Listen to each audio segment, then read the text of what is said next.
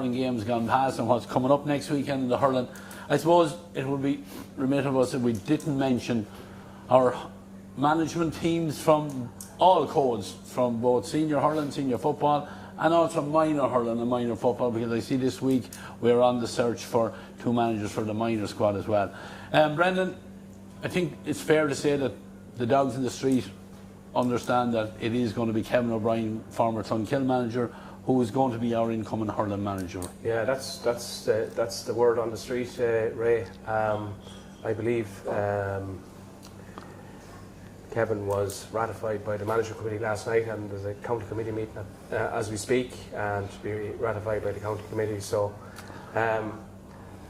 second time round for Kevin going through the process. So he has been successful on this occasion, and I'd like to personally wish him the very best of luck. He has a big job ahead of him. You know, it's a daunting task, really, and I'd just like to commiserate with the runners-up, as it were, in the process: Adrian Moran, Stephen Shield, and Leo O'Connor. It's not an easy process. I've been involved, you know, with in that process myself. You know, for both sides, you know, for the selection committee and for the interviewees, you know, it's an interview process, and you know, it is what it is. But you would think there would be a better way of doing it, but it probably is the same in most counties, to be quite honest. But I suppose one thing I would, you know, and this is not just a Westmeath problem. We see on today's news, on the RTE News, there's up to 10 counties looking for managers at the moment. So, you know, there's a huge pressure on a county manager. It's an enormous workload, and I think a lot of people in the GA fraternity don't really realise what's involved when you're dealing with players, the backroom. You have the media. There's intense pressure on the manager. Most of these guys are volunteers, you know, and you know, you're a psychologist, you're a life coach. There's so many things that you have to deal with, and you know, it's really a tall order for somebody doing that on a voluntary capacity. So I've no doubt Kevin will work hard to get the best out of what's in Westmeath, and he's appointed good and early. You know, there's a number of rounds of the championship still left at local level, so he'll get a good chance and an opportunity to see the players in action. So look, I would encourage everybody within the county, all clubs, everybody, get behind him and his backroom team. They haven't been appointed yet. I'm not sure who they are. So all I would say to everybody is get behind Kevin and his backroom team. Yeah, and of course we're saying this here. We're live in Clarksbar. Less than a mile down the town in Cusick Park. There's a county board meeting, or I'm not sure it's in TG Cusick Park or not, but they're ratifying. So we're, you know, even though we're coming live, we were assuming that Kevin is going to be ratified. That's all we can go on. Pat, as Brendan alluded to there, he has a daunting task ahead of him. You know, we dropped out of Division 1B, we're gone into 2A. You know, we were poor enough in the Joe McDonough. Morale probably gone fairly low. Probably will expect to see a few more retirements. So it's going to be, I think, probably the right time for a local man that, you know, should be coming in here with no real pressure put on him to try and rebuild the squad. Yeah, I suppose that's a true statement, Ray. But you know, I'd have to definitely agree with Brendan. Like, I mean, it's a daunting task. I know from management of a club level, you know, say at senior club, it's a daunting task on its own. So you can multiply that tenfold when it comes to inter-county, because you have all the pressures and everyone's problems and issues and everything. But look, wish him well. He's a local man.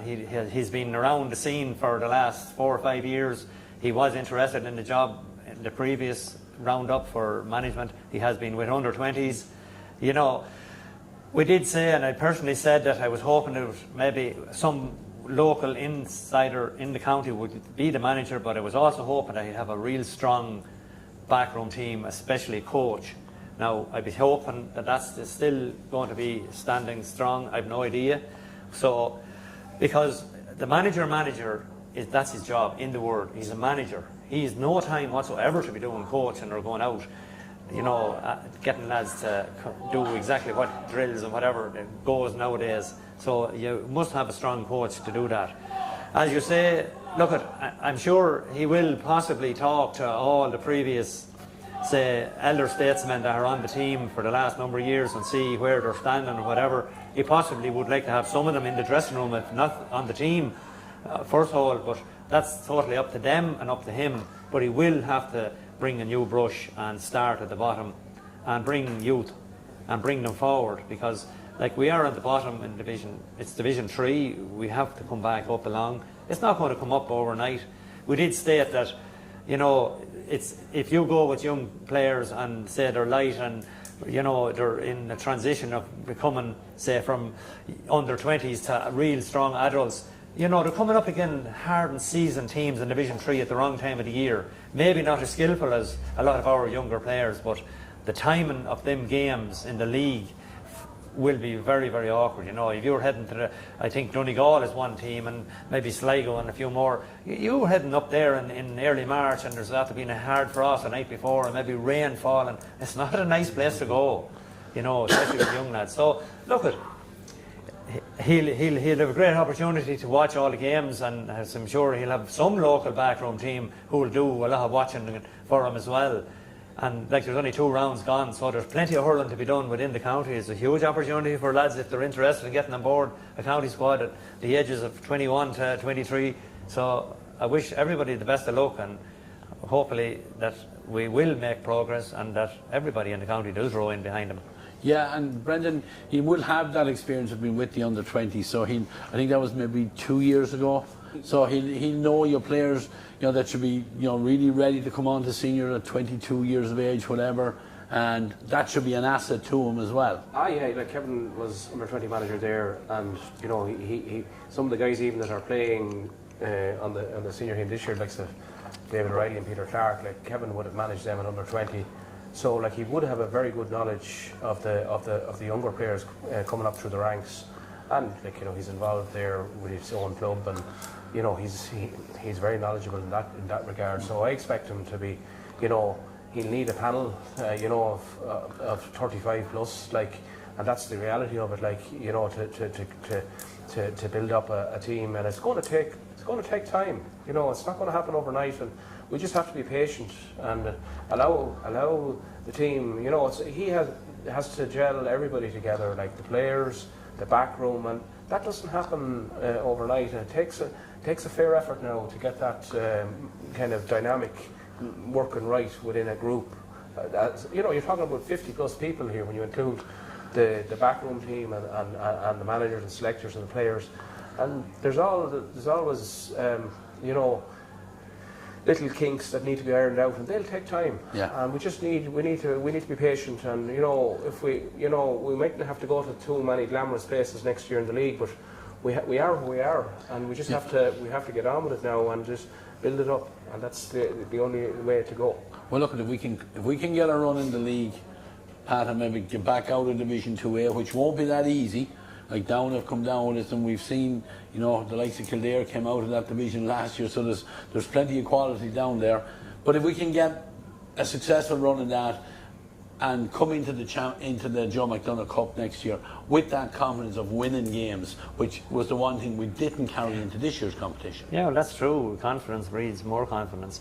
No, it's a true statement. Like, if we can be lucky enough to, there's 2 teams I think come up anyways out of them divisions. Yeah. So ideally, if he can get back up, it gives it a great standing ground going into the Joe McDonagh. And the Joe McDonagh is always there within our grasp. The teams around us, or teams that these lads have been playing, they've played them at under 20s and they've played them at minor before that. So they're counties that they're well used to playing. There's none of them world beaters, but they're all committed to the cause. So, there's plenty of talent out there. If they commit and give 100% and everything goes smoothly, so be hopeful that, that we can get through the league and set ourselves up for, a crack at the Joe McDonagh again. Yeah, exactly. Well, Brendan, as one manager steps in, unfortunately, on the other hand, another manager has stepped out. Yeah, the timing could be better, but I think Gavin confirmed the appointment of Derek McCabe yesterday, I believe. So that's another headache for Frank and the committee, you know. And it's you know, I was involved in that process last year, and it went on a number of months. And like, you know, people may not realise, like, it's not just a case of like ringing a guy and says, "Oh yeah, I'll." There's a whole process that has to go through, like, and you know, just sometimes you're lucky with this, and sometimes, but generally it's not. Like I see, like, you know, there's up to 10 counties there in the last while have, you know, managers have stepped down, have had to be replaced, and none of them are doing it overnight. It's taken 6 to 8 weeks in a lot of cases to even, you know, the very successful counties like Dublin, for example, they took 6 to 8 weeks to reappoint a manager. So, you know, I think again I would be asking people to be patient with, you know, it's just it's unfortunate with the timing where we're at in our local club championship. Yeah, but at the same time, we can't just rush in and appoint the first lad that says I want to do it. You have to go through a proper, you know, process of finding out about people and what they're going to bring to it. So, you know, I don't know if perhaps there's a candidate within, you know, similar to Gavin, and they're, you know, prepared to put their name forward, like, and you know, that's a possibility as well. But there's nobody in my mind obvious. Within, well, look, I suppose in fairness, Brendan, it really only was confirmed yesterday. Yeah, we probably all knew or feared it was coming down the line, because I think everybody, is fair to say, was happy with how Dermot's first year went. League-wise, okay, the detractors will say we lost the 2 Division 4 teams in the Taunton Cup, which ultimately cost us. But you know, he came in at an awkward time when a lot of senior players had dropped off the panel. He blooded a lot of young players, as indeed, in fairness to Saoirse Bulfin, he started to blood young lads as well. So, you know, the football panel, maybe more so than the hurling panel, is probably in a better setup going forward. It is, and look, at this business is a results-based, you know, and look, if we judge it on results, we say, okay, we were relegated to Division 3 in football, but, you know, I think Dermot has built a really strong squad, well, not, you know, a strong squad there over the last, you know, 10 months, like, and you know, the players are all very happy. I think there's a good base there for the next person to work from, and I think, you know, we can continue that. I think there is great potential there for Westmeath football, like, in the future. I think we have the quality players there to you know, be in a better place than we are now. So I think it's, you know.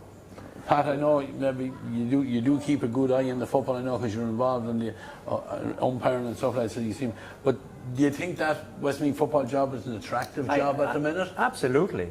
I would think that, you know, there's a lot of managers after, say, maybe just moving out of counties that they were in, they will look upon Westmeath and they'll look on the results last year and they'll say, this wouldn't be a bad gig at all. You know, because they have a young panel, they have transitioned from, say, what they had built up over the last number of years. A lot of issues last year with travel and injuries and whatever, so they built a new panel. And they probably were the most unluckiest county in the country last year, because they competed really, really well in every game, had the possession to win the games, just came up a little bit short. It's a fine line and a fine margin between success and failure. And you would feel sorry in one sense for the players and the management last year that they just didn't get over the line in a lot of games, but some of the really important ones. But I would say it's an attractive proposition for any manager that's out there, and any of them guys, like a lot of these managers are kind of like merry-go-rounds. They love moving around from house to house. They will look upon this and say, well, this mightn't be a bad gig at all. You know, and if they could coax 1 or 2 fellas back home maybe, or long-term injuries solve up, you know, it's only 1 or 2 players away from jumping back up again. Back to Division 2 again, lads, the minor football and minor hurling, I seen a message that went out during the week looking for nominees for that. Both managers obviously stepping down. I don't know for what reason, it doesn't really matter, but they're looking again. They were 2 roles that it took a while to fill last year. Brendan, does that fall under the remit of the senior board as well, or is it go to the minor committee? That falls under the remit of the minor board. But look, it's disappointing to hear that those 2 lads, Nicky Gagan and Brendan McHugh, haven't stayed in situ for another year. Like, they've only been in place 1 year. And really, we shouldn't. You really want to be in that job a number of years, like to get the experience. Like it, we don't seem to have a pathway and in the county for transitioning from a manager from minor to 20s even. Yeah, and maybe that's something we could look at, because I definitely think we're not always going to have the I think building within is probably build up our coaching levels, and so that we have a manager ready to go, and a kind of a succession plan, if you know what I mean. Yeah. And that's something that I think I know it's not going to be the focus for the committee now. Their objective is going to be to find a manager right now, but I think strategically and long term we need to develop a pathway for managers in the county. That's the long term, I think, goal. Yeah, should be. Yeah, minors at 20. Yeah. Do a few years at 20, and then be ready to make that step up to senior. But look, lads, we'll park the management for a while, for another day, and hopefully we won't be too long. We'll hear more breaking news on backroom teams and maybe candidates for the senior football job, and also for the minor and football and hurling jobs as well. Over the next couple of weeks we'll cover that on these podcasts as we get to hear anything. Looking back now, we're going back not this weekend but last weekend at the full round of hurling championships, and we'll start with the games in the intermediate championship. 3 games in that competition, 2 of them fairly close. One of them was a comprehensive victory. Castletowngeoghegan won 20, Southern Gales won 19. Raharney 18 points, Clonkill 13 points, and Turin 2-18, St Bridget's 7 points.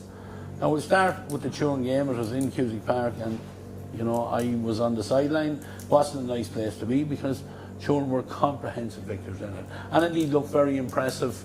Brendan was speaking before we came on air. We see one of their old stalwarts, a man who has plenty of experience on the sideline, Seamus McKeough, back helping in the coaching capacity. So Turin have waited for players to come forward from their juvenile section into their adult team, and their patience certainly looks like it's paying off. Absolutely, they were outstanding that evening against the Bridgets. All over the field, they were just well organised. They controlled the game start to finish, and Sean Leach had an excellent game there. Scored, I think, 1-6 or something like that. Yeah. And some outrageous points in the middle of the field that any senior hurler in this county would be proud to score. And Dara Smith there as well, and they really looked the part, and they seem to have a way about them, the way they're playing the game. There's not just a kind of there's a method or a style or a pattern to their play, and 2-18 speaks for itself. Like any team that scores that kind of puts up that kind of a score is moving in the right direction. I would say now, and no disrespect to the Bridges, they were terrible poor on the night. They looked very disjointed and a little bit disorganised, to be quite honest. And you don't like to see a team in that. Especially in the championship. They should be hopefully a bit better going forward. But full marks to Turin. They were fully deserving their win. Absolutely, yeah. I agree with everything you say there, Brendan. Yes, we were short a few players, but did not in any manner of means make any difference to the final outcome of that game. Pat, you were probably in there in Cusack Park watching that, and I said it tongue in cheek that it would be 2 points for Turin, and certainly maybe more comprehensive than I thought, and certainly more than I feared. Yeah, well, we did predict at the start of the season that Turin were our fancy for this competition, because we were basing it on the fact that they were really committing themselves to the cause last year, and they were hopeful that these younger players would blend in with them. Now, it's all, the players are there to have quality, to do damage and win this competition. It's just a matter how well the management looks after them, coaxes them out of it. Seamus McKeough is a huge addition. Yeah. He's always a loyal Turin man, even though he lives across the border in Ballinamuir. Has been involved with Ballinamuir. Absolutely. Brought them to a Leinster All-Ireland semi-final. No, he has been involved with top-class players on a team there, like with Ballinamuir, Dora Ballinamuir. Yeah. He knows what it takes. So he's good. John Gorman would be delighted to have him there. But they did perform very, very well on the day. But as regards St Bridget's, St Bridget's can't afford to be missing 3 and had 4 missing on the night. They just can't afford that. And I suppose, confidence drains out of players when they know that, oh, Jenny, there's 2 or 3 of their stalwarts missing. And then if the game starts going away from you, heads drop, and all of a sudden, confidence is flying at one end of the field, and there's confidence is draining away at the other end. It's very easy in a game of hurling for it just to get away, and it's gone. And the scoreline reflected on that. It's not the true reflection of St. Bridget's, but 7 points is a terrible return in 60 minutes. Some of them are frees. So they would be hoping that there's a kick in them. Their chances of winning the intermediate this year, I'd say, are almost gone. But at the same time, they need to get respect back to the jersey and get a kick in it. And like the following day was a tremendous day out there. I mean, the amount of people that turned up for their celebration of purchasing the field and turning the sod and all that, it shows that the respect that they have out there, and they came from far and wide. So the players just need to say, well, if we're going to hand over the jersey to the next generation, well, we're going to hand it over in a better place than we did last Saturday. So you'll be hoping that's and look, I would almost say that there's been a mirror image between the two clubs that played, because St. Bridget's went back to their under 6s, their under 8s, which had been neglected, and next year there will be some of these young lads going over minor, going over 18. That will add a little bit of numbers, number one, to it, but also we'll have young lads coming forward to play adult hurling that have done a full term of underage hurling. And you both know how important that is. Absolutely. Like Jordan, to be fair, they've been put in savage work at their underage teams for the last 10 years. And they've built it up from their own base, and they're starting to turn the corner now, and hopefully St. Bridget's will do the same. It's very important that you keep that line of players coming through. Like, even if there's only a few of them, as long as you're progressing them through the ranks, absolutely, and build on that, and please God, Turin or St. Bridget's will be able to do the same. But what stood to Turin say that they were involved in playing with Napiercy, and they're playing at a higher level. They're playing in Division 1 at underage, and they actually won an under 20 A final in 2023, and they had several Turin players on that team with Napiercy. And that was a huge boost to them. That gave them a taste for the bigger time and playing at a higher level, and it does help. If you do play underage at that higher level, even if it's amalgamations or whatever, it's given your better player that better opportunity to play at that level. And that's where the only fear I would have for Bridget's, even with young lads coming through, they're still playing at a lower level, but they have to make the progress. They have to make that possession up from it. Hopefully they will. There is talent coming through there. Hopefully, like it's never a guarantee that you're going to get somebody from 16 to adult, or from 14 to adult or whatever. So look, they'll have to be patient and, like you say, keep building and keep building. Second game in that competition, Iarmhi 18 points, Clonkill 13. Brendan, I think you were at that game, and I think we'll be mentioning players who have note, but certainly the goalkeeper from Iarmhi stood out in that game, Dara Weir. Dara Weir had a great game. This was a real old style type of a game, man to man, very physical. There wasn't much hurling in it now in the first half, or that it was a dour enough, and it was a lot of errors from both sides. I think Clonkill were slightly ahead at half time, but I suppose it's like the old cliche, it takes something spectacular for a game maybe to come to life or to sparkle, and Dara Weir made a couple of great saves in the middle of the second half, and it seemed to ignite for Iarmhi, and they got going the last 10 minutes, and they really started to work the scoreboard, and that's, I suppose, very little between the teams, but they just got a run on Clonkill in the last 10 minutes, and Iarmhi be happy with that win, because they had to get them off the mark, but it was one of those old style.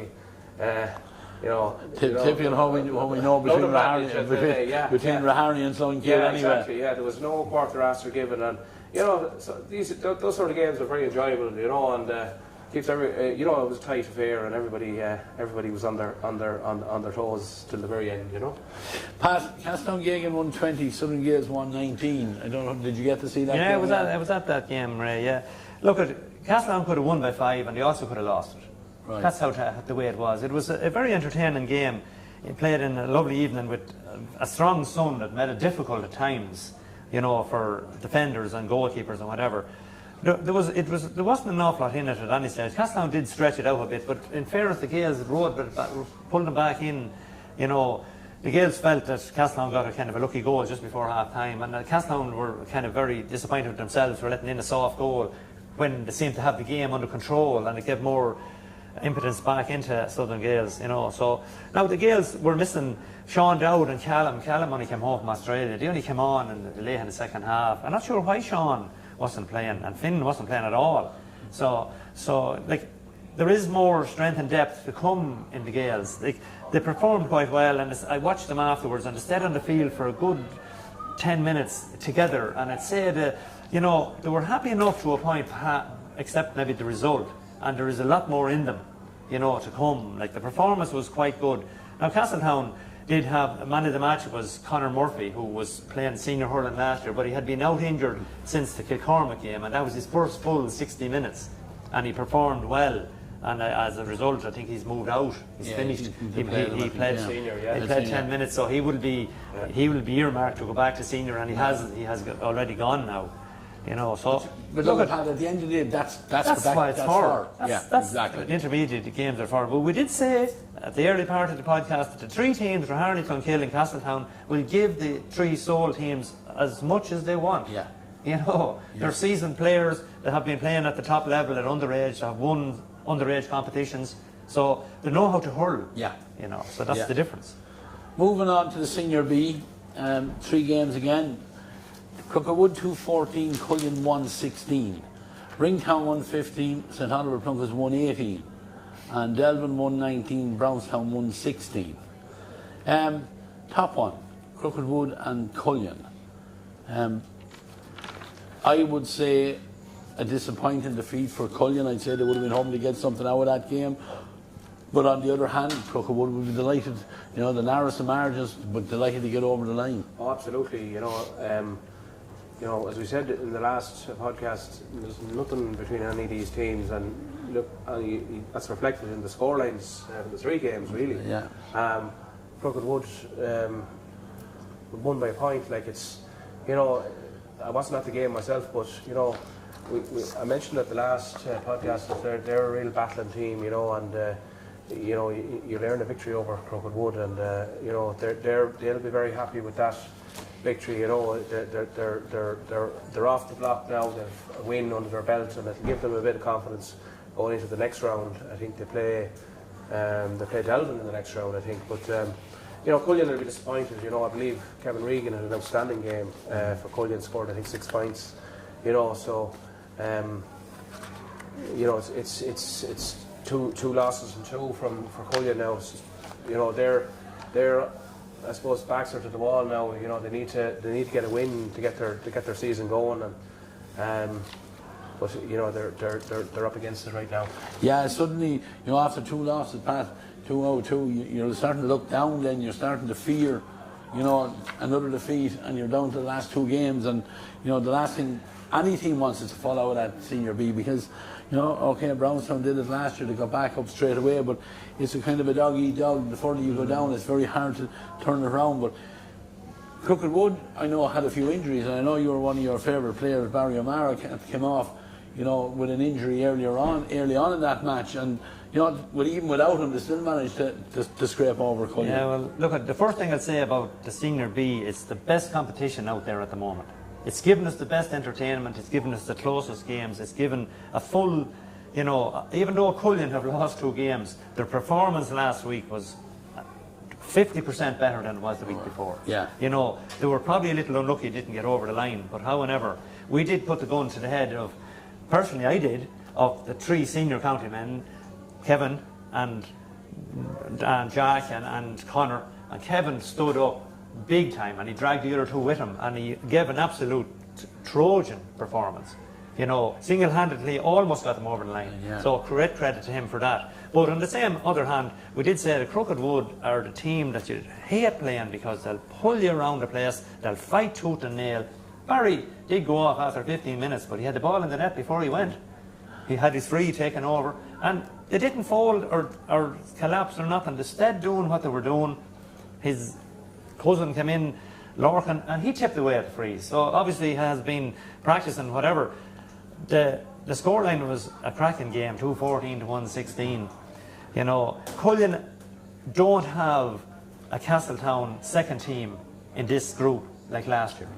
So they're going to be facing three very strong teams down the line in Brownstown, Ringtown, and Oliver Plunkett's. You know, they're not going to find anything soft in them. Yeah. You know, it's definitely going to be, Delvin actually, they played Plunkett's in the first round. They're going to find it very, very tough. But if they build on the performance that they had the last day, there's every possibility that if they win their next game, well, then it gives them a chance of coming back into the competition. But the head-to-head now with Crooked Wood over them, you know, could be crucial as well. Yeah, you know, however, I think the regulations state that, say for example, if Cullen were to get a win, you know, and two teams finish on the same points at the bottom of the table, you can't be relegated on that basis. So there would be a playoff, but at the same time, you know, the table looks, Delvin have 2 wins, Plunkett's have 2 wins, Ringtown have 1, the Wood have 1, and Brownstown have none, and Cullen have none. So look, you just don't know, like any of these games, a draw it can also be a significant result here in this group, because it only takes, you know,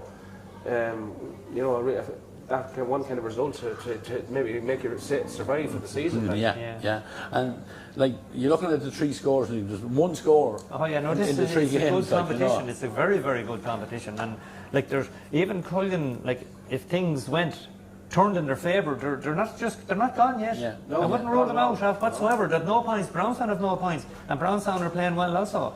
So it's a tight competition, you know. And anyone that wins these games, I tell you, they're happy to get away with it and win it and go home with their 2 points. They've them well earned. Second game, Oliver Plunkett's, I suppose, right, they came down out of senior last year. I think they changed management halfway through the year. Probably come in with no real form as such, a little bit under the radar into the senior B, but you know, they're 2 from 2 now, and that's a big win over Ringtown as well. That's a big win for them, you know. But I was talking to a few people who was at this game, and you know, this game was nip and tuck all the way. It was a draw nearly, I think, at half time, or very little in it anyway.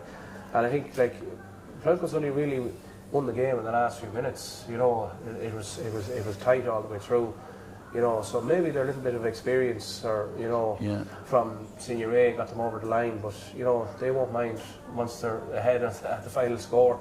You know, so that you know they have 2 wins from 2 now, and they'll be happy enough with their start at the championship. You know, they'll feel that they can build on that now, and you know, push on for a semi-final or even a final spot. You know, so that's, I think, Ringtown. You know, they have 2 points on the board. Their next game now is against Cullen. That's a key game for them too. You know, that's a moving and shaking game. If you come out on the right side of that for Ringtown, you're right back in it for a qualification spot. So. And Cullen can pull themselves back into it as well with a win there. Everybody, we mentioned it at the beginning earlier podcast, that the format of this competition is set up that every single game counts. Every single game. You cannot take any result or any game, any team for granted here. Every team can, you know, it's really a puck of a ball between qualification and relegation. That's how tight this group is. Yeah, like even you go back, was it 2 years ago for a relegation game between Delvin and Brownstown, and like that, it was only the puck of the ball in it, like, and that could even have gone to extra time or whatever at the time. So there is very, very little between any of these. Delvin though, they will be very, very happy with their start. Like a local derby out there, 119 to 116, they got over the line. I think they were maybe 6 points up going into injury time. Brownstown got a goal, you know, but Delvin, you know, showing their experience as well, beaten in the final last year, held on and got the win. Yeah, no, Delvin are a nice team. Like, I mean, this time of the year, I said it before, it suits them. The ground is lively, it's dry, and the ball moves quick, and it suits them down perfectly. You know, whether they can adapt that later in the year, we'll wait and see. But you know, Seamus has them. You know, they're very well organised. I mean, Barry Kennedy with him, we said, was always a top class man on the line. you know, the two Ennises are hurling very well now. It's good to see Adam hurling well, because Adam is a player I have great admiration for him, but he just gets a lot of injuries, and he's kind of a fella that he's kind of like a Paul McGrath of Longo. You have to mind him. But look at, maybe he's gone past a lot of him. He could get lucky and avoid injury. They need him. But Josh Call, Adam, or Dean, you know, up front, they're very, very lively. You know, I'm sure Kevin O'Brien would definitely be looking at these two young lads, because they've great pace and, you know, they're good on the ball, they know what to score. But Brownstown, a local derby, you know, they probably Delvin always had, you know, that little bit of leeway, but I suppose the scoreline was a little bit more flattering for the Brownstown. They got a goal late in the game. But look at Delvin are in a good position. They're 4 points on the board, 3 teams to qualify. They're definitely in position to get to the semi-final at minimum. You know, but they can't rest on it, because they know they have to get at least another win. Yeah. On that, Delvin, happy their 2 players that were suspended from last year's county final will now come back into the frame for the 3rd game. And on the other hand, for Brownstown, Brian Gearan would have been a huge loss to them. He would, like, I mean, Gareth Hinton, you know, has been the marquee player for Delvin for the last number of years, and, you know, he'll certainly strengthen their cause when he comes back. Like, he'll give them that extra option up front, and, you know, at this level, a forward of Dara's quality, like, can make all the difference, like, in them tight games. Like, he'll get you them scores that, you know, that'll win you the games. Brian Gearan has been carrying, I think he's been unfortunate with injuries. He had a hamstring injury earlier in the year, and now he has a hand injury. So, you know, he was a key man for Brownstown last year. Like, it's the curse of the dual player, really, I'd say, that's you know, affecting his game. Like, you know, he just can't get a run of injury free. But they'll need him. They'll need Brian. Brownstown will need Brian on the field and for the remaining games, like, because, you know, there's tough games ahead for Brownstown, like, and they're playing, you know, Albert Plunkets in the next round, and that's, you know, a tall task now if you haven't got Brian, you know. So certainly, you know, they're on, you know, having played well in the first 2 games, they'll feel that they haven't, you know, gotten what maybe they thought they'd get out of the first 2 games, but, you know, they're proud club out there, Brownstown. They'll fight tooth and nail, you know, all the way, you know. They'll want to avoid that trapdoor again. Delvin in a nice position, Pat, but if you were in management there, do you change your winning team? I don't know, but I mean, I'm not sure is he back, is he? Well, they're due back. He's back after his suspension is done. Right. Well, the only thing I definitely wouldn't be changing, I won't be changing the free taking. You know, I think you know, young Dean, you know, he's a young lad. There's no fear in him whatsoever. He's relaxed and whatever, and you know, that could benefit the likes of Dara. Take the pressure off him having his free, because Dara is the type of player who dwells too much on a lot of things, and I've seen him with the county as well. He puts a lot of pressure on himself. There's no need. If you get a Dara Clinton that's a free spirit on the pitch, he'll do an awful lot of damage.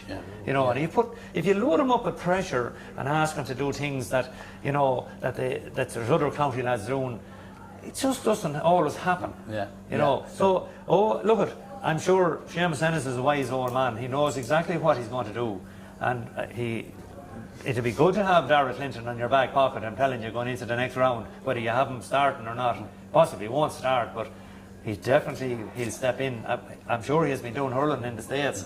Now, what standard or what he was at over there, I don't know, but time will tell. We'll know very quick when we see him back. But yeah, and they're adding Paddy Farrington back into it again, another experienced man that can come back in there at any stage, whether to start him or not. So they're sitting nicely. You can't get any more than played 2, win 2. So yeah, well, I mean, it's only like they have been going up and down there from this division up to senior in the last, so they've experience, like, you know, they have been knocking around, you know, a lot of these guys, so they know what it's about. But the freshness is the likes of Dean and young Call and that, you know, they're inspirational young players, and they've no fear of anything. They just go out and play.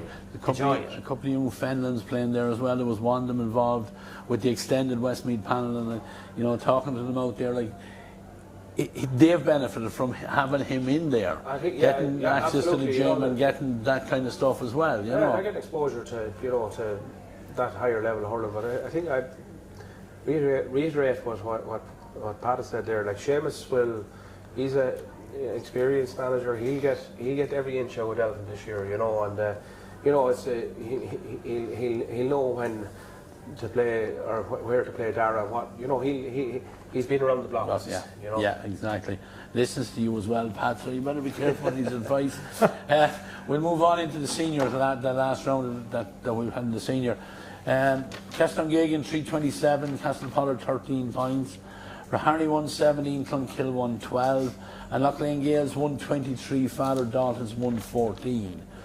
Brendan, I'll talk to you about the Castlepollard game.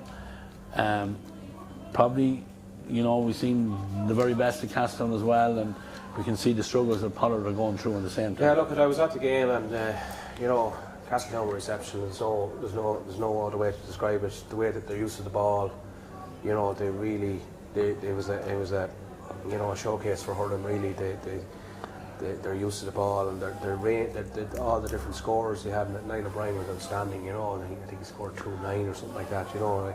I mean, the game was effectively over after 15 to 18 minutes, you know. Castletown had amassed quite a high score by half time, you know, and I was disappointed with Castlepollard's. You know, they were very dead in themselves. There was no life for them. They were very disinterested, I would say. You know, they didn't really engage. You know, there was little or no tackling, and you know, they looked like they just threw in the towel almost. And you know, if you give Castlegagan a hurling team like them with all them good hurlers, they will put you to the sword. And what I was impressed about was they didn't take their foot off the gas. They kept going to the final whistle, and every single mistake was punished. And it's a sign of a real good team, you know. And look, they are the benchmark for the rest of the teams in the competition. There's no question about that. And you know, the results have shown that in rounds 1 and 2. Like, they really are. They've set the tone, and you know, it'll take a very good team to stop them. Yeah, putting up big scores as well. Pat, I'll go to you then on the Raharney Clonkill game. Again, we covered this one live on Iarmhi TV. It was a funny game, a game of two sweepers, I suppose, and almost like a tennis match, as the cameraman said to me at the game, where it was one sweeper hitting it up the field to the other one, and the other one hitting the back to them. Yeah, as a spectacle, it was disappointing, because Raharney and Clonkill have set the benchmark, say, 20 years ago, and kept doing it ever since. And it was always cracking games between them. You know, they bring the best out in each other. Well, whatever happened last week, it just was, as a hurling spectacle, it was disappointing. You know, this thing having an extra defender at both ends of the field, and the defenders that were clearing the ball obviously weren't, you know, using it wisely, because it seemed to go from one sweeper back to another, and at times that was happening all right. You know, space was at a premium, and it was difficult enough to find it.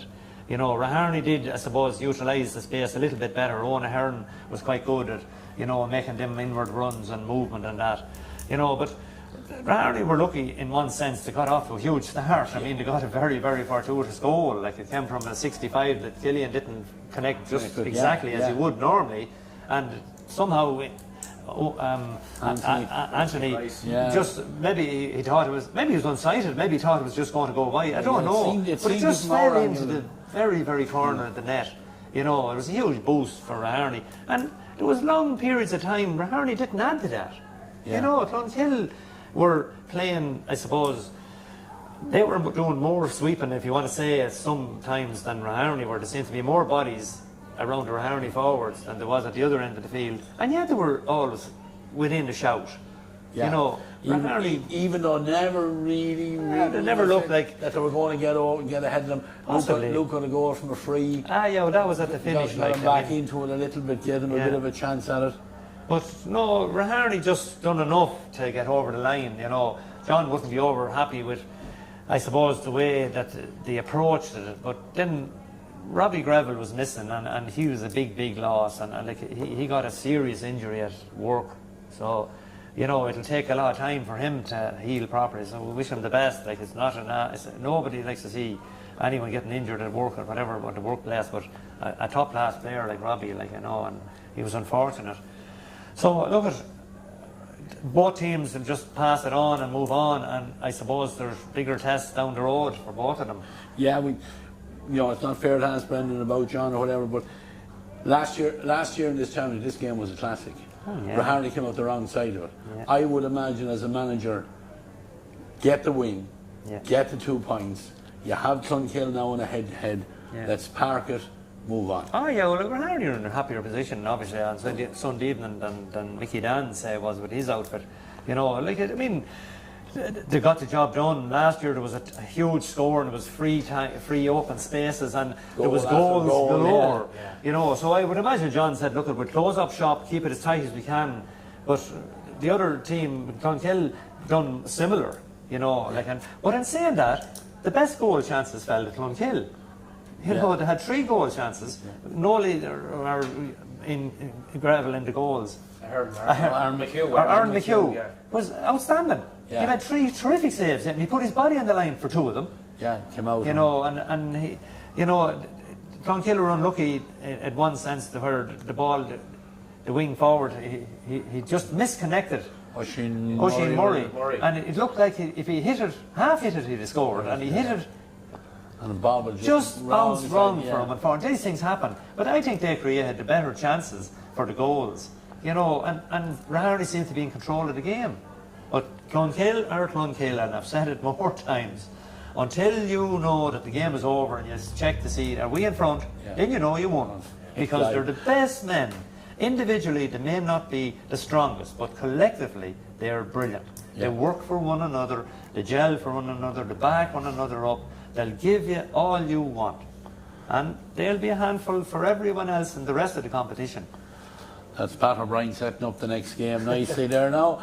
Anyway, we'll talk about those fixtures in a second. Brendan, the last game, Loughlin Gales 123, Father Dalton's 114. 9-point win. I know Dalton's got their goal pretty much at the end of the game.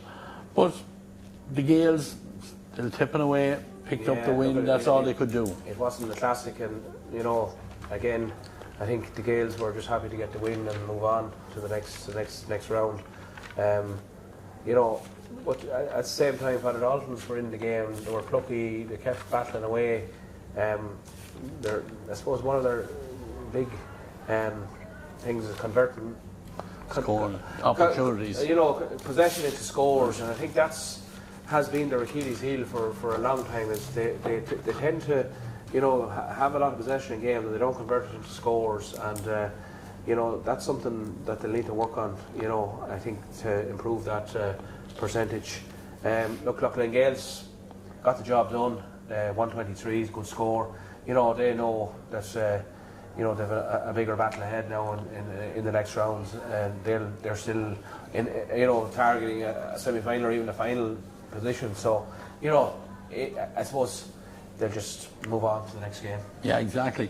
Look, and with that now, we'll go and look at the next games as well, because it's ample opportunity. But we're going to stay with the senior A competition, and 3 games coming up this weekend. Loughlin Gales and Rahari. That's on Saturday evening at 7 o'clock in TG Cusick Park.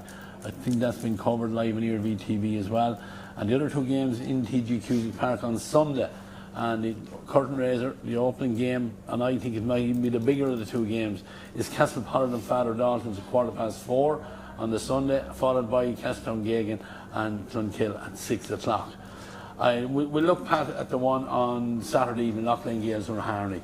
This was again another cracking match last year where the Gales snatched it to the death. These 2 points are going to be very, very vital as well. Oh yeah, I mean, like, once let's say the top 4 play each other, all among themselves, none of them want to lose, because there could be vital 2 points dropped, you know, and heads come into count as well. So Rahari and Collinstown both coming in with wins the last day, both will be saying, if we can get 2 points out of this, it puts them in a great position. It also means that, well, the team that they're beaten is in a weaker position, you know, because the head-to-head is there. But, like, and it was noticeable that the Collinstown had a better spread of scorers the last day against Father Dalton than they had in the first round, and they didn't rely on the jogger at the edge of the square. Like, he didn't contribute any scores, but, you know, he's a handful no matter where he's playing, obviously. But, you know, maybe Emma Gallagher had some, you know, the young McCabe's, their first cousins, they must have had some insight into how they were going to handle them or whatever. Maybe they practiced years ago and visiting one another, but he didn't get the goals that he was getting them freely on the Sunday before that. But It's a difficult one to call like that. Hurling would be saying, well, this is a game that knocked us out of the competition last year. Yeah, in the you end. know, at the very end, we missed it. We lay in, well, whether you like to call it a fortuitous goal or whatever, it went into the net anyway. You know, so they'll be all up for that. And I'm sure Joey will have Collinstown up for it.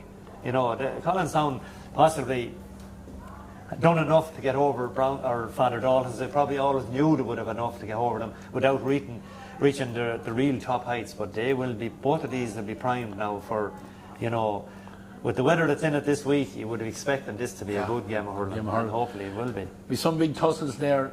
Pat has already mentioned Tommy Doyle on the edge of the square, and he's coming up against a young player that I have great admiration for. I think he's a huge talent if he can get it out of him, and that's Jamie Mulcairns. Two big men coming on the edge of the square, and that'll be an interesting battle, but if it evolves that way.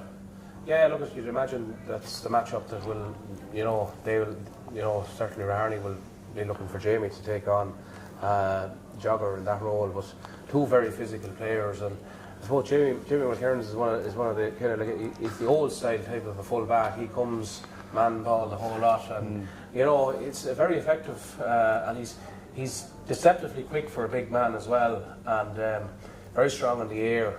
And look at the full back position is not it's about tidying things up and stopping, you know, holding the back, and Jamie does that role very well. But saying that, like, Jogger is a experienced guy, and he has proven it over the years. Like, he's very versatile, and he can get scores too, and he has done in the previous rounds, you know. So, you know, that'll be one of the key battles. But look, it's never one man or two. It's always, you know, a collective effort that wins these games, and you know, there's lots of talent on both sides, and all I'd hope is that, you know, that I just feel the senior hurling championship has been poor to date. There's been one good game, I suppose, Castletown and Loughlin Gales in the first round, but after that, like, it's been poor enough. So I'd hope for the supporters on both sides that we get a really good lively game on Saturday evening. As Pat said, the weather's giving it good. So, you know, we're hardly with a few injuries, you know,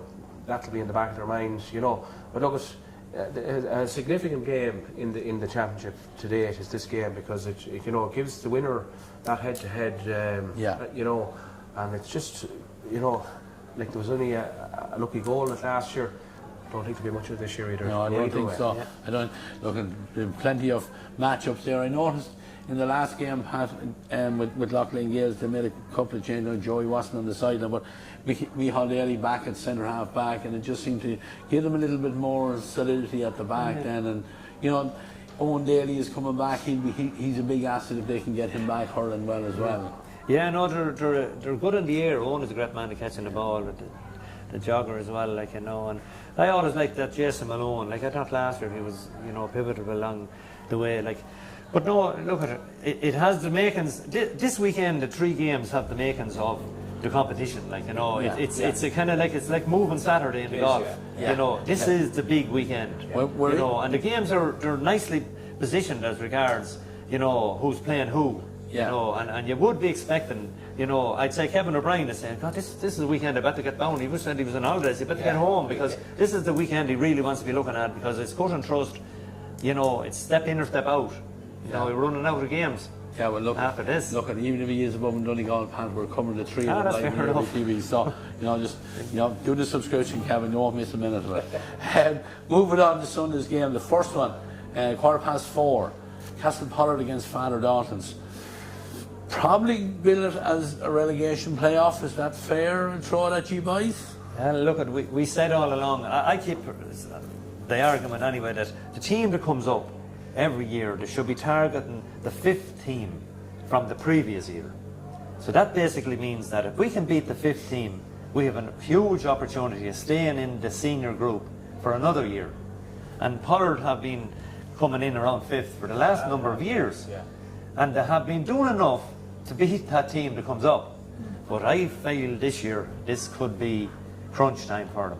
Because Eamon will be looking at it and saying, well, we're in a position now, we have come up and down twice in the last 3 or 4 years. It's time we stayed up. And this has given us a huge opportunity. You know, just on Pollard, it's sad to see the demise of Pollard at the moment. You know, because Pollard have won, I think, 12 senior county championships. You know, the last one I know was back in 2005. It's actually, you know, it's no greater a famine than Collinstown's has been. Yeah.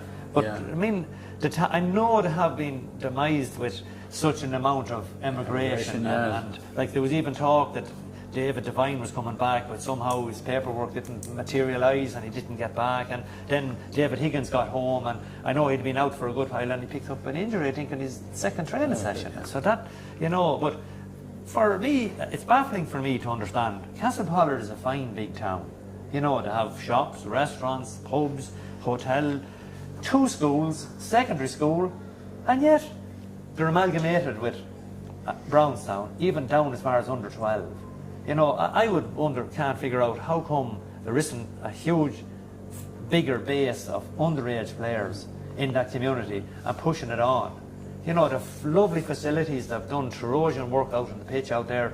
So they're not in what you would say a healthy state for a proud stronghold of hurling.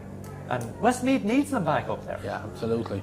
But next Sunday is going to be a severe test for them because, you know, Father Dawkins will relish this chance. And we did say maybe the last day that maybe both of these teams would have an eye on the next weekend's competition, that they might have been all going. So maybe Pollard weren't over focused against Castletown.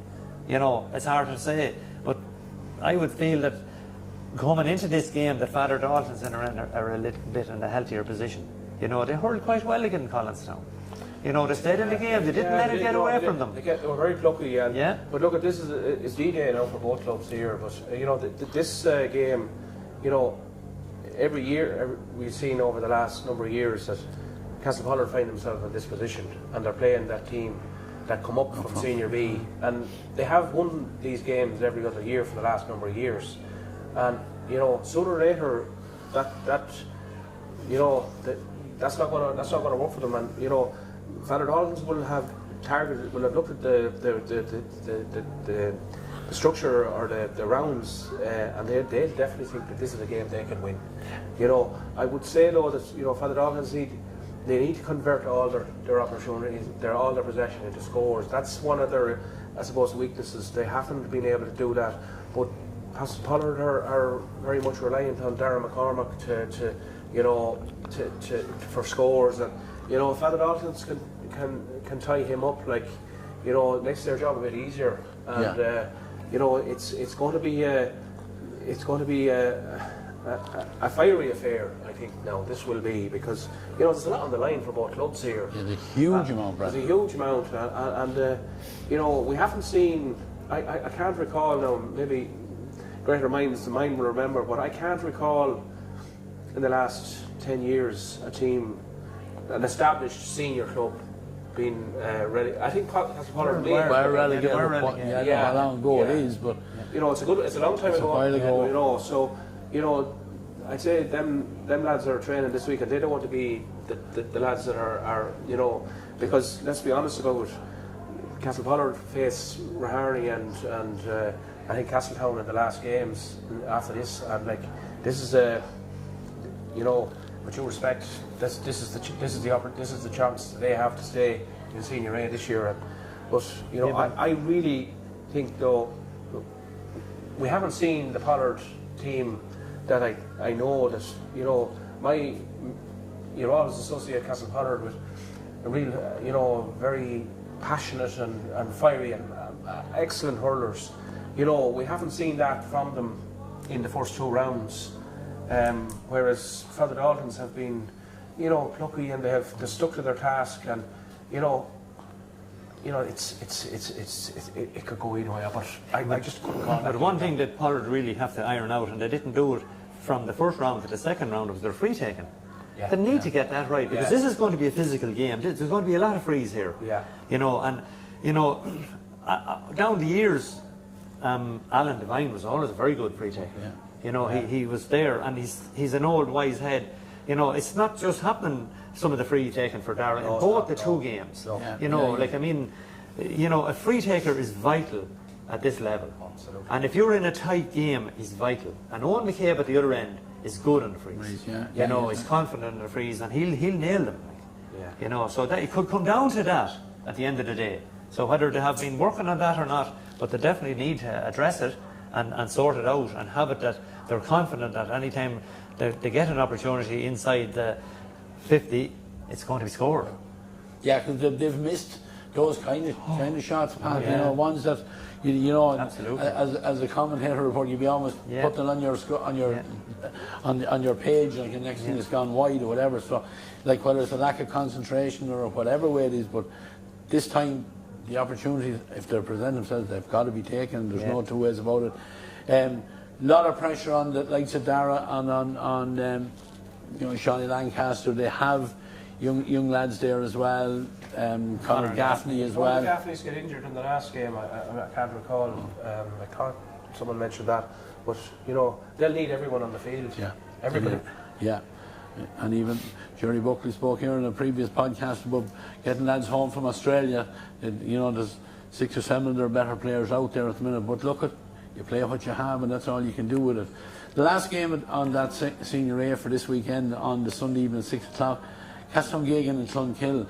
Brendan, again, you know, Clonkill and Castletown, they've had, you know, the Indian sign on them in finals there for a number of years, but in the last couple of years, Castletown just seemed to be able to get the better of them. Do you expect the same this weekend? Yeah, I would expect so. I mean, Castletown Gagan's form to date in the championship has been, you know, really good. They've played excellent hurling.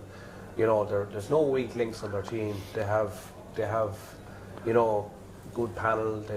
They are really, you know, playing a brand of hurling, you know, that is very attractive, and they'll be favourites in this game, no doubt about it. But saying that, Clonkill are a proud club, and you know, they will not give in. And as Pat said, they're not beaten until they're in the dressing room. You know, so they will go into this game with no expectation, but they will give it everything. I know they will, and you know, they'll have Alan McGrath back the next day now, and you know, it's anything can happen. But I would expect Castletown to win that game.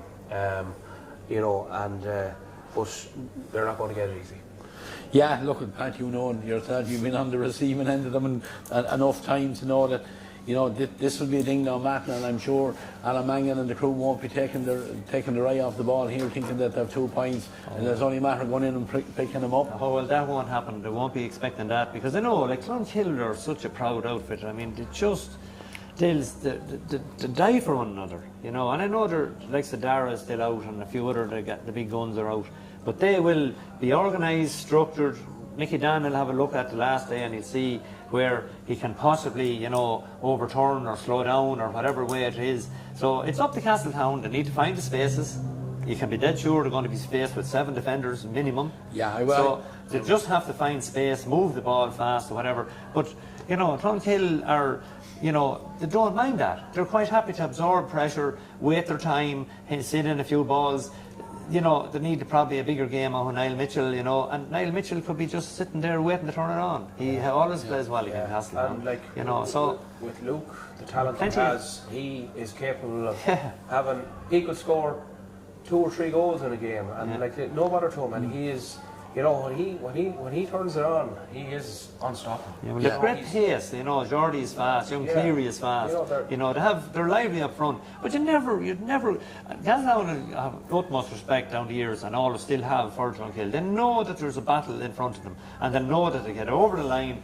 They'll appreciate, well, at least we earned our 2 points today. So they won't get it easy. They will know that. They'll have to work extremely hard. They'll have to play well, and it's a ding-dong game, the very same as it always has been. You know, they're 2 big guns going for 2 points. Yeah, and looking just on that, Ray, just I looked at the table there, you know, before I come in, and you have Castletown Hurling on 4 points, 2 wins each. Loughlin Gales on 2, Clonkill on 2, the Daltons on 0, and Castle on 0. So, you know, that table is going to change significantly now after this weekend. As we said, as Pat said, this is moving Saturday. Yeah. This table is going to shape the championship for the rest of the year. Yeah, well, this is round 3 of 5, so you know the chances are getting scarcer. Well, you see, there's only 3 teams going to qualify, and that means 3 more or not. Yeah, you know. Yeah. Yeah. And we talk about 4 big guns. Somebody has to fall out of the package.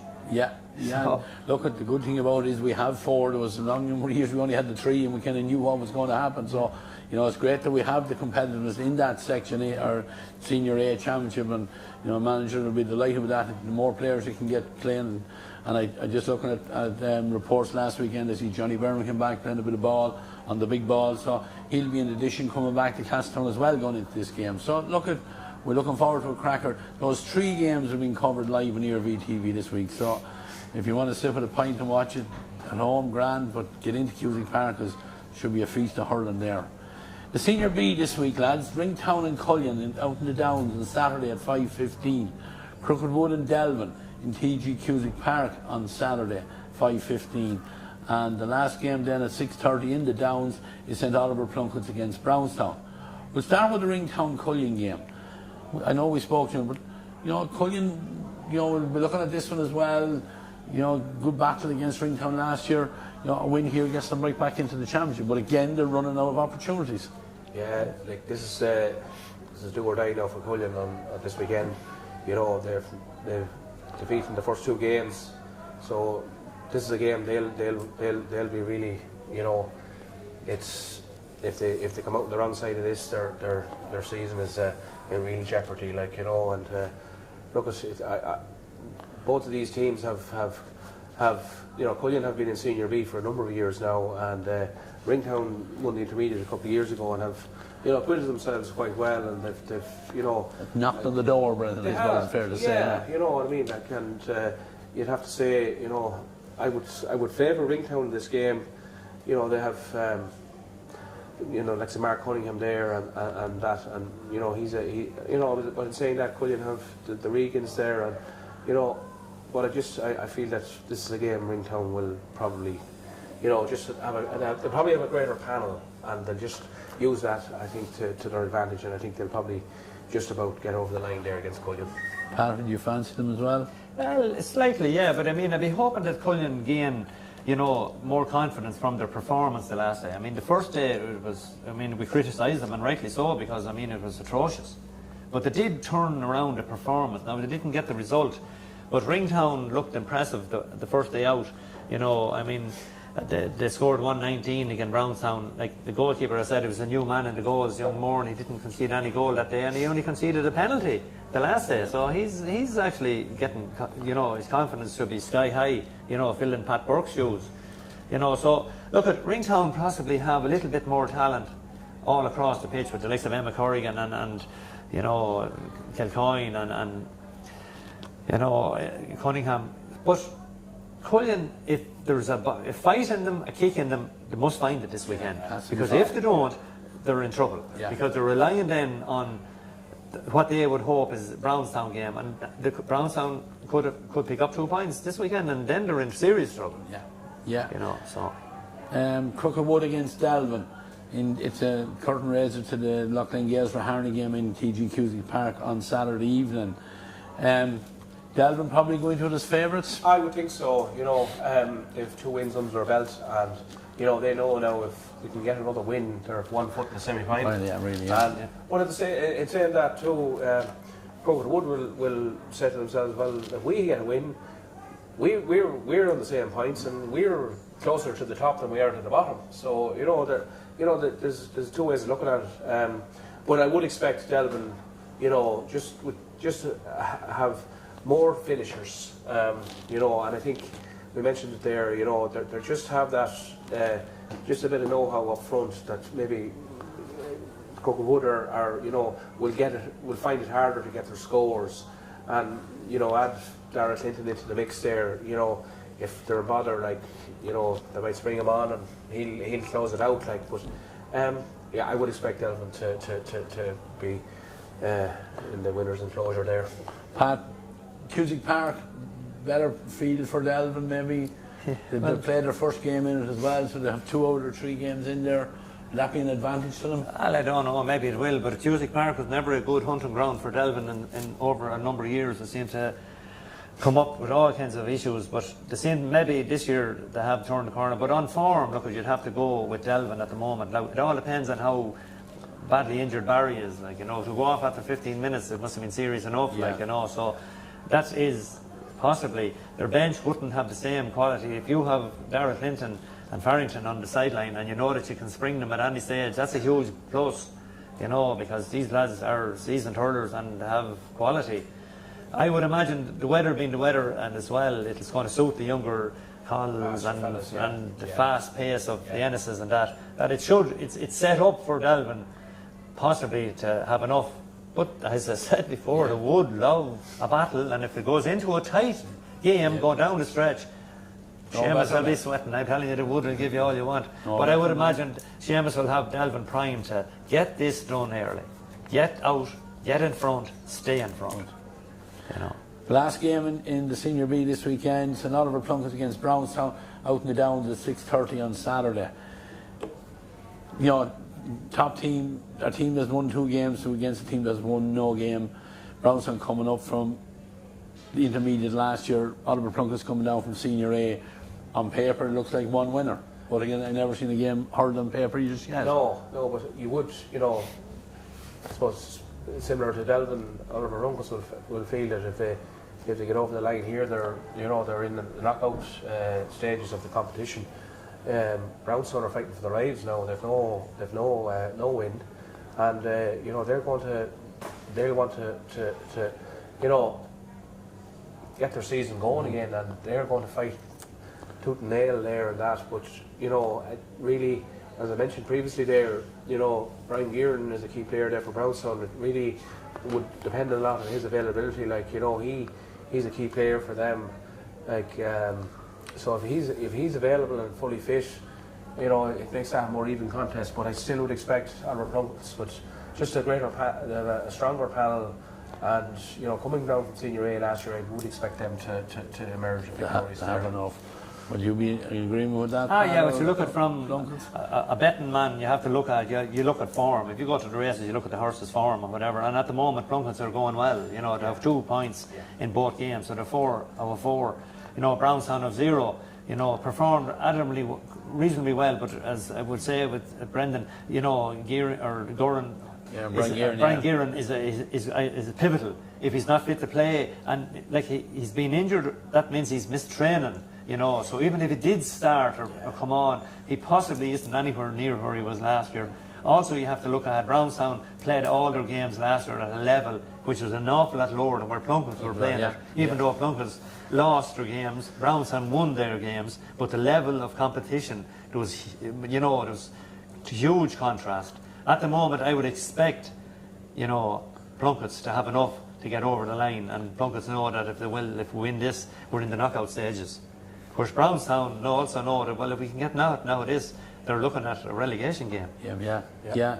Like Plunkets have, you know, come in slightly under the radar here. You know, and didn't have a great league, but have obviously galvanised things now going into the championship. And you know, they'll be quite happy with their. They're very happy with where they are now at the moment. Like, you know, they won the under-20 there last year as well. So they have, you know, they have a panel there. They're able, you know.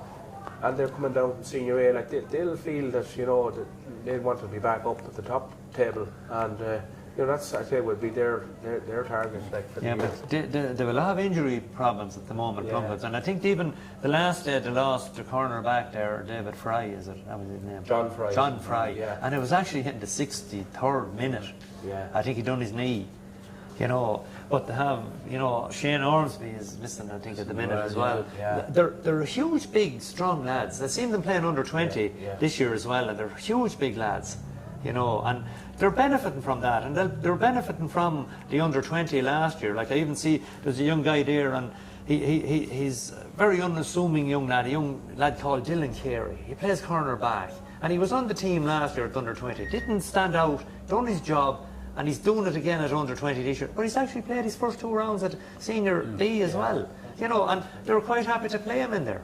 You know, I know Zach Ahern is playing very well at fullback. You know, but Fry would be a loss there now because he's seasoned, steady player in that corner. But they have a good few injuries overall. You know, but as I said before, this time of the year is the right time to have them. You know, if you can get them sorted out and coming back in. But if they can get another win, they can afford them a few injuries at the minute. The way that table is going, probably 6 points is going to will push.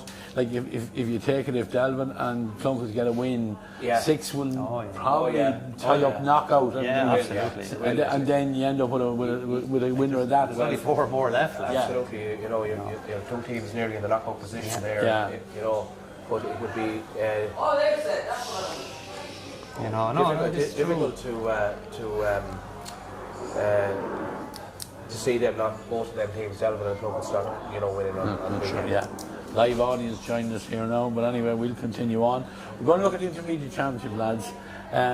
3 games, all on Friday even, different venues. Clonkill is in Kinnegad at 7 o'clock. Southern Gales against Rahani and Rochford Bridge at 7 o'clock. And Castletowngeoghegan and St. Bridget in Killucan at 7 o'clock. The top one there, Pat, Clonkill. Local derby here, and I think, it'd be nice if I'm sure Chorn will be going in here hoping to maybe give a payback or whatever. Yeah. I don't know, is that too strong? Well, I don't know. Yeah, but they'd like to get a win here. If you go back to the 20 years ago or more, a lot of people said, well, Jenny, that fella should be playing with Chorn when he was talking out for the green and gold. But look, at them days are behind us, and Chorn have their own identity now, and they're moving on the right directions. I would say there's not that often that Chorn have beaten Clonkill in the last number of years in any competition. But this is an opportunity. Clonkill have, they're picking, as I say, from 22, whereas Chorn are picking from number 1, as regards the availability of players, But it'll be a local derby, and I'm sure there's lads shouting across the hedge to one another, we'll meet you down the road in Kinnegad on Friday evening, you better be ready for us. So it'll be a ding-dong, but I would expect Chorn at the, the confidence that they're building at the moment, and, the momentum that they have gained, possibly will have enough to record a win that hasn't been seen in a good number of years. So it'll be interesting to see that one. Yeah, Brendan. I agree with that. I mean, Chorn are building nicely, and the brand of hurling they're playing, I don't think they'll let the occasion get to them either. Like they're, Seamus and John will have them playing their game and playing their system. So I would expect Jordan to win, but there will be a lot of bragging rights there after that game. That's for sure. Absolutely. The second game, Southern Gales and Harneys and Rochford Bridge at 7 o'clock. Southern Gales looking to bounce back from a narrow defeat, get the 4 points after 3 games, probably would be enough to get into a semi-final as well in that one. But for Harney, it won't be easy either. They're after getting 2 points. They'll look at if they can pick up another 2, they're right back into it. Yeah, well, we said all along, all these senior teams are going to cause havoc for these teams that are sole clubs. So you would expect Southern Gales. I just think, looking at them the last day and the body language after, and I'd say the 2 Dowds will be put in a good bit of work over the last 2 weeks, that they'll be a little bit stronger. The likes of the McCarthy there was good, and Hot Geary is a wing back. They're strong hurlers, they're good on the ball. They made a few mistakes, they'll iron them out. They're striking at times, let them down a little bit against Castletown. If they iron that out, you would think that this is a game that they must win. They have to have aspirations to come back into the final after possibly letting themselves down last year. I think that's fair. So, and Rahani young lads are playing for I suppose the John Shaws and the selectors to have a look at me, because I think I could get on to that tail of the senior team, but there's bigger things in Rahani than winning the intermediate, but they'll give them as much as they want, and you must respect the second string teams because they'll play with freedom. There's no pressure whatsoever on Rahani, where Southern Gales know that, well, we need to win this game. Yeah. I would say, one thing I would say, I would agree fully with what you say, Pat. Like Southern Gales will feel that this is a game, if they want to make something of their year, this is a game they have to win, and Rahani have lost a few players to the senior team, but there's a free taker there for the intermediates there in Rahani, Donny Mullen, and scored 10 points last day. Like if he's very accurate, and we talk about having a good free taker is vital on any team, whether what level it is. Yeah, exactly. And at this level, especially at intermediate level, there does tend to be a lot more unintentional fouling, but it happens. That's just the nature of it. Yeah. And you know, having a good free taker there is a key you know, attribute to have. But I do expect, you know, Southern Gales will come with all guns blazing in that game. Last game out in Killucan on Friday evening, Castletown and St. Bridget's. Well, the first thing I say about it is a strange venue to be going from Castletown and Dalystown, neighbours, going through Mullingar the whole way out to Killucan. Not that I've any Killucan pitch will be superb facilities, but it just seems a bit odd to be going so far. You know, you would imagine that Oliver Plunkets would have been available, or Clonkill, or Shandon. Well, I don't know, whatever. But anyway, look, that's neither. That's just only a personal comment. Castletown will be a little bit weakened from the last day. Conor Murphy has moved up to the senior. Plunkett Maxwell has gone back to Dubai. They might have one or two younger lads come back in who were injured, maybe Pádraig Kane, and I'm not sure who else. Look, Castletown will be lively. You know, they're young. They have plenty of hurlers. They all can play. You know, there's a lot of players there that have played at underage, minor finals and whatever.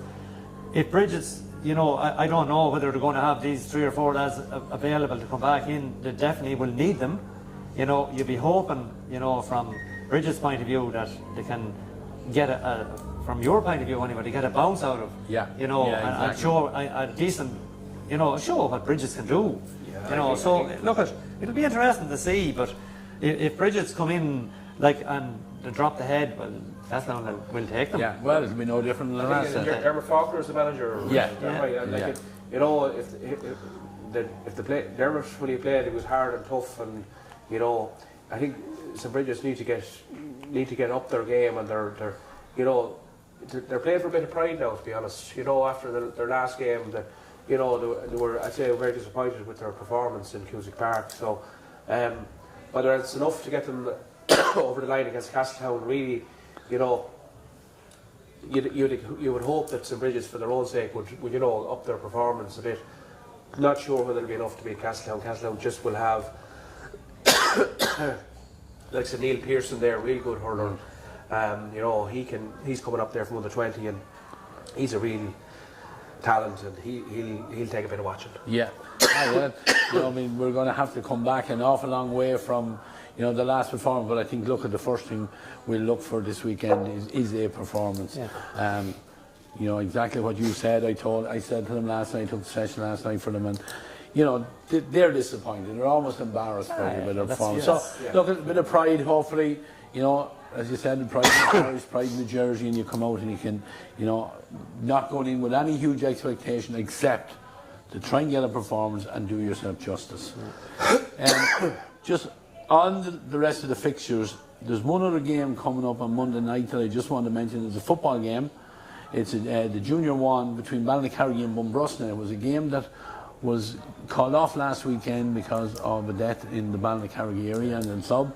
So that game is on Monday night in Milltown at 7:15. So again, if you were at a loose end, that would be a bit of a cracking local derby out there as well. So a local derby there, you know, at Ballycarrigy, I think, were beaten in the first game in the Junior 1. So they'll want to, I suppose, lay down a marker there in that game. And Bunbrusna are ever present, and they're you know, they got a win in the first round. The old dog for the long road, as they say. They don't go down easy. So that'll be a right good battle, I think, for any supporters going there. That's going to be a right good game to go to. Yeah, it should be a big crowd of that one as well.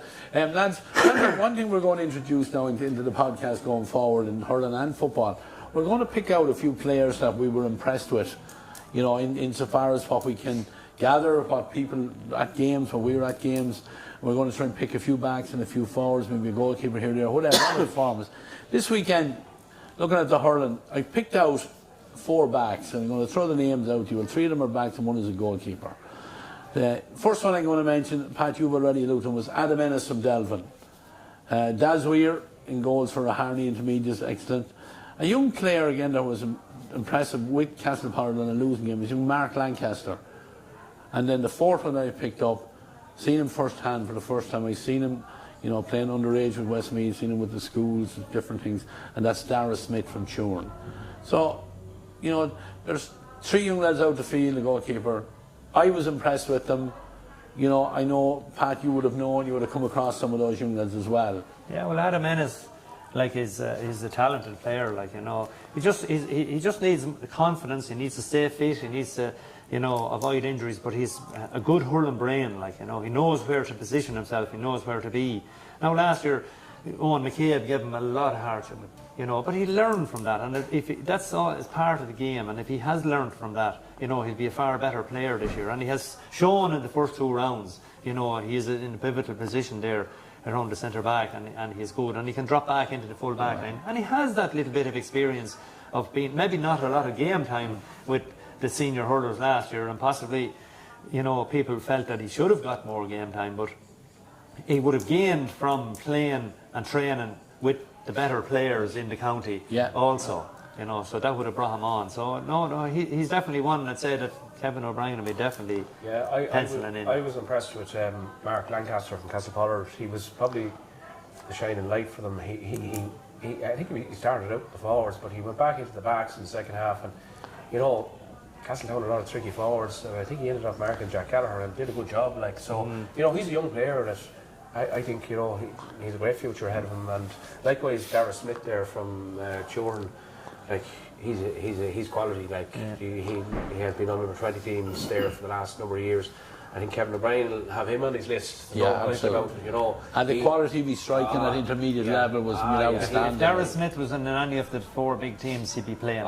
He would be on the teams. Yeah, absolutely. You know, he would be playing on them. You know, he's a player with a big future, and you know, he can, you know, look back on his performance in the last day, but you know, he had a great game. Absolutely. I picked out 4 forwards as well, lads. Owen Hearn from Raharney, 4 points in their win over Clonkill. Niall O'Brien, who was absolutely outstanding in the game against Castlepollard, 2-3 from play, 2-9 in total. Kevin Regan, we mentioned him earlier on, Pat, you said about 6 points from play in a losing effort. And then Sean Leach from Turin, again, viewers will think Ray's biased now just because he's seen Turin and he gave it a hammer, but Sean Leach is a very, very talented player. And I seen Sean Leach playing coming to Munschool games back at that time, and was probably one of the best players that I've seen down the years. And it would be nice now if he could. He's been knocking in and around the senior football panel, but it would be nice now if Kevin O'Brien could get a look and see, can he make that step up? Yes, it's 3 grades or whatever from intermediate hurling in Westmeath to county hurling, but it'd be nice to get a look at him because he is a talented athlete. Sean is an excellent striker of the ball. I played a bit of golf with him last week, and he can hit the ball a mile in hurling as well as golf. Like, he scored 3 points from the middle of the field that day, quality points that any forward in this county would be proud of. And you know, he's certainly, you know, give him a chance and he'll stick the ball over the bar. He's an excellent striker with the ball. Yeah, Kevin Regan, another inter-county player, Pat, with experience of playing as well, travelling early in the year, has come back in there now, and they'll be looking for 3 more huge performances. I know he was excellent with Lomans in the football last weekend as well, but Cullion now will be looking for him. Oh yeah, Cullion need Kevin Regan, because Kevin Regan is physically strong. You know, the football end of it has him, you know, toned up into a fine man. You know, I've seen him up front there last weekend with Lomans, and I mean, he's very lively, he's fit, he's strong, but I mean, he's hurling. I know he probably just needs that little bit more game time, but last weekend he scored 6 points from play. He was nearly single-handedly got them over the line, you know, but nothing more would be expected. And I said it to him last year, like, you know, that their last game was against Castletown in the intermediate, the senior B, and they needed him to step up, and he did. And when he steps up, he also helps in Connor and Jack. You know, the 3 of them kind of come, but he's the leader. He's the leader that they need him performing. But he is a quality player, like, and you know, definitely he's county material. Yeah, Niall O'Brien again, evergreen, and he's a marquee forward in the county, and like, he scored 2-9 the last day against Castlepollard. Look, some of his scores were outrageous.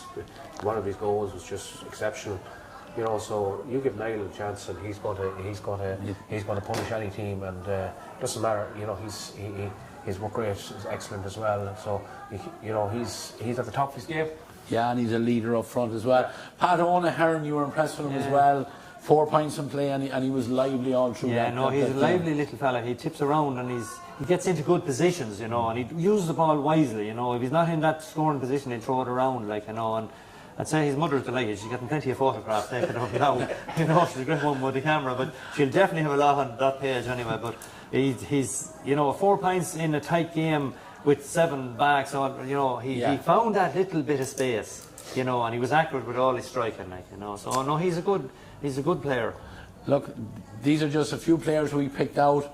Remember, viewers at home, all we're doing is giving our opinions. Players that we like the look of, players that we think perform well.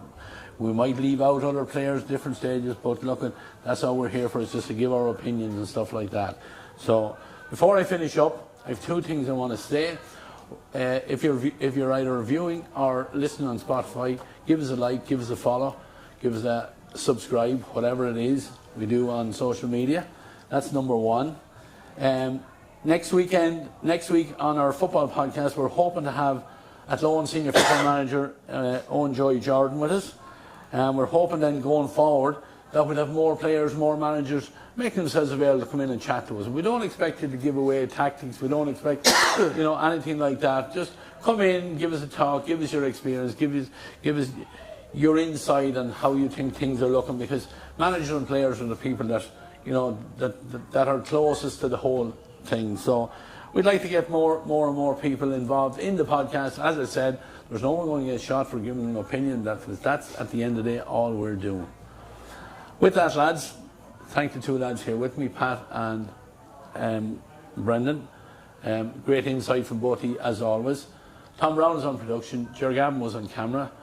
So until next week, we'll say goodbye.